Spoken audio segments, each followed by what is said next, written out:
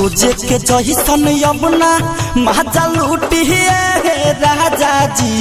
रोजे के जहिसन यमुना महाजा लूटिए राजा जी। धली कोरोना वायरस दूर दूर सुतिए राजा जी। धली कोरोना वायरस दूर दूर सुतिए राजा जी। धली कोरोना वायरस धली कोरोना वायरस धली कोरोना डीजे डीके राजा सुतिए राजा जी।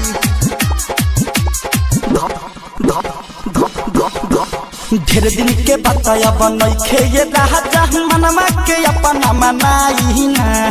दू चार दिन हमसे अलग हो रही पाजा में ऐसे फजिया ही ना।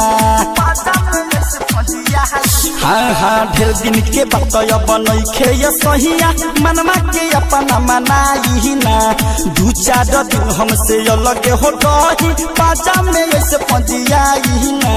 साँझ के बेहदी अपना दिया पूती राजा जी। धली कोरोना वायरस दूर दूर सुतिए राजा जी। धली कोरोना वायरस तनी दूर सुतिए राजा जी। धली कोरोना वायरस धली कोरोना वायरस धली कोरोना धली कोरोना राजा जी। लइका के जैसन जिद नहीं ठानी बतिया हमरो मानी हो। ऐसे ना हमके करी छे रखानी लहंगा से चुअता पानी हो। लहंगा से चुअता पानी हो। लइका के जैसन जिद नहीं ठानी बतिया हमरो मानी हो। ऐसे ना हमसे करी छे रखानी लहंगा से चुअता पानी हो। कहती नहीं टाइट अपन खूटी राजा जी। धली कोरोना वायरस दूर दूर सुतिए राजा जी। धली कोरोना वायरस दूर दूर सुतिए राजा जी। धली कोरोना वायरस धली कोरोना वायरस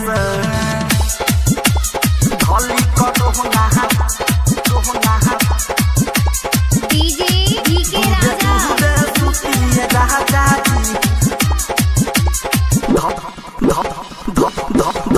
सुती न सारा महारोहितिया पिया हो गई ढेर न रहता हो।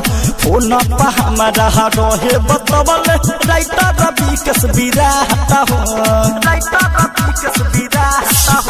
सुती न सारा महारोहितिया पिया हो गई ढेर नु रहता हो। फोन पर हमारा रहे बतबल राइटर मुन्ना बिराता हो। रौनक रसी के कही से खाना जूटी राजा जी।